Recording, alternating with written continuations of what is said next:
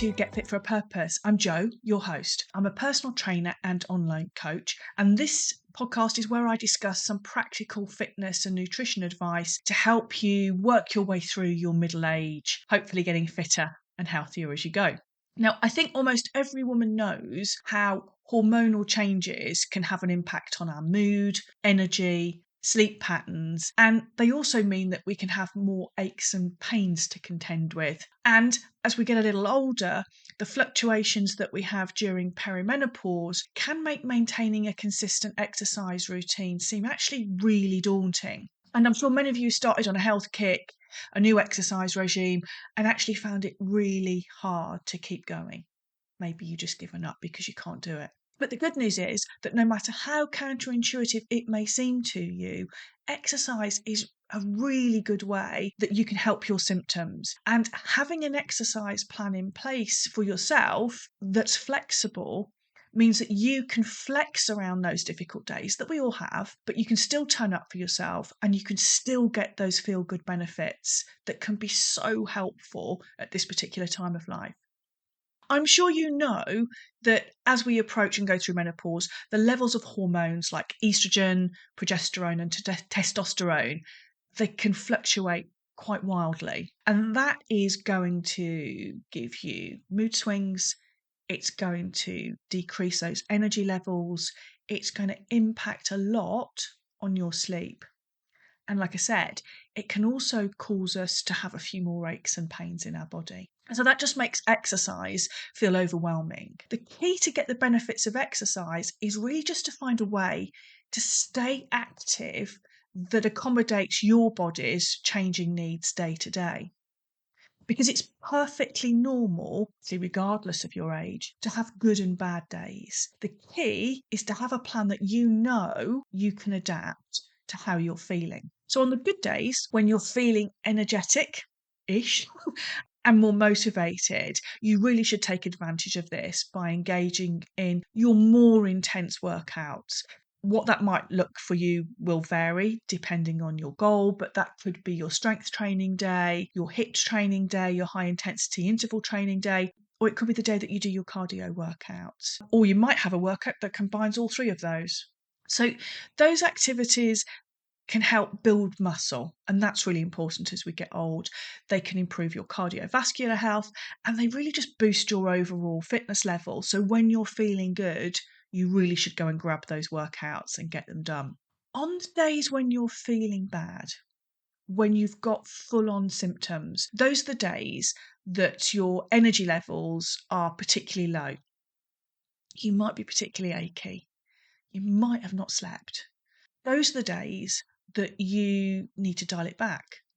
You need to focus either on doing a really short session, but also doing a gentler form of exercise, whether that's yoga or Pilates. And I will say choose your workout there carefully because yoga and Pilates can be pretty hardcore. So choose stretching and mobility type exercises, and yoga flows and some Pilates moves will give you those. Or it could be a day where you just do some light walking or maybe some gentle cycling. It's those activities that improve your flexibility.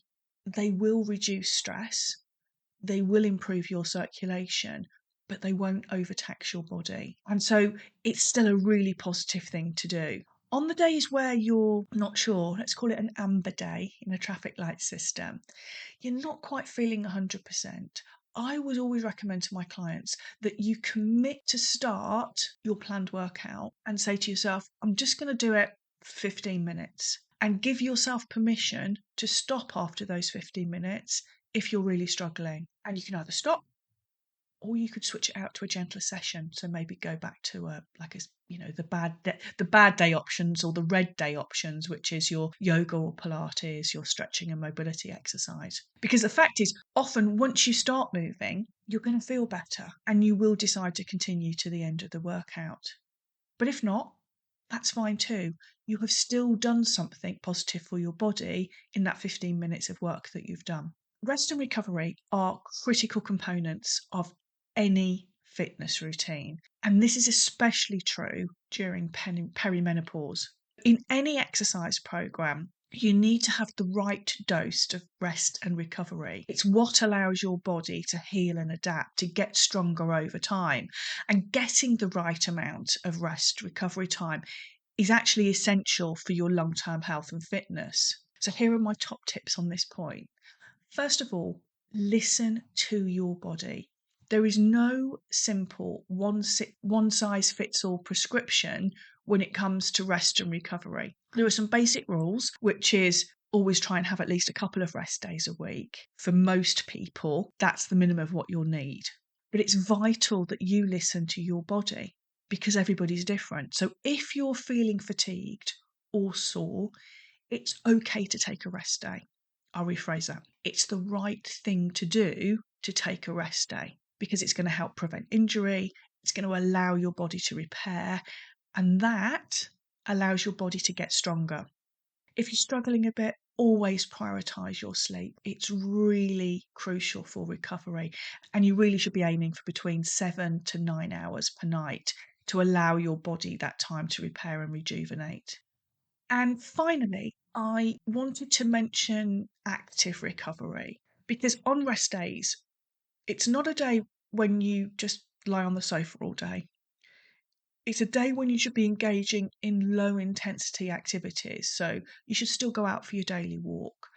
If you can do a gentle stretch or a yoga flow to promote some blood flow and reduce stiffness if you are feeling a bit achy, that's still a great idea. So a rest day isn't a duvet day like you might have if you were ill. It's just a lighter day. Keeping moving gently is so important. So don't confuse a rest day.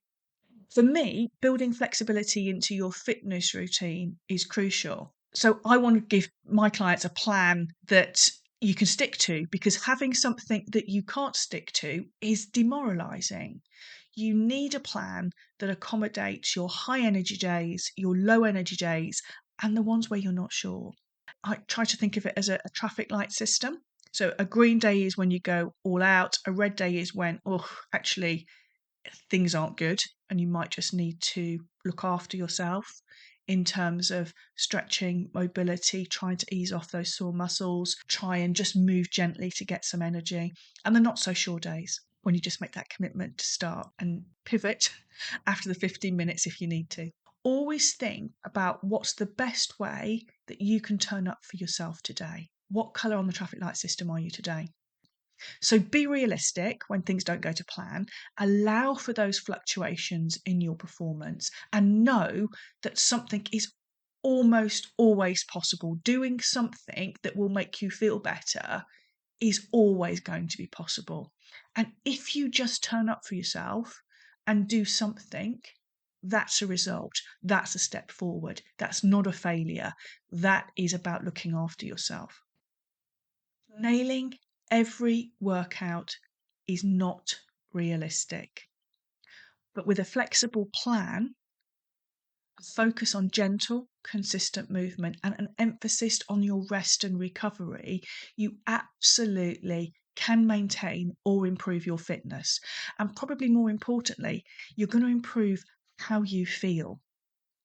And if I'm being honest with you, that's probably 95% of the recipe. If you feel good, everything else will fall into place. If you're looking for a supportive and flexible approach to fitness during midlife, that's what I do. You can follow me on Instagram for more tips and support. My social media account details and contact details for my services are in the show notes. I hope you found this useful. Thanks for listening. Until next time, bye.